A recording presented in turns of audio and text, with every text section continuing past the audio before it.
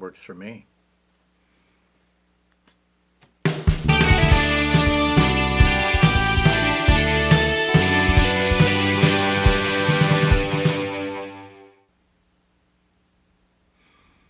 I knew a guy who was a security guard.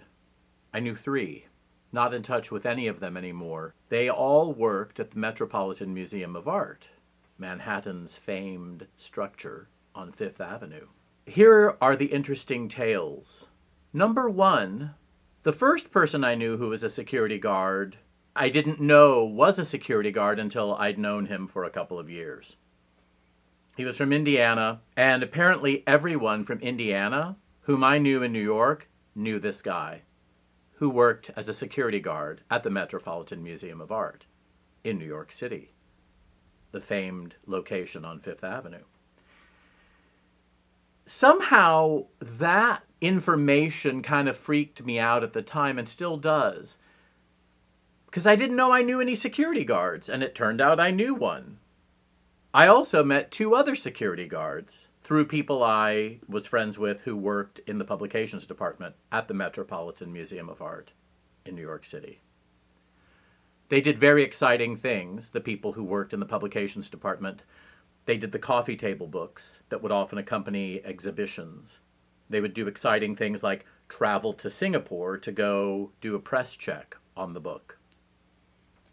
They would edit things. I found it fascinating.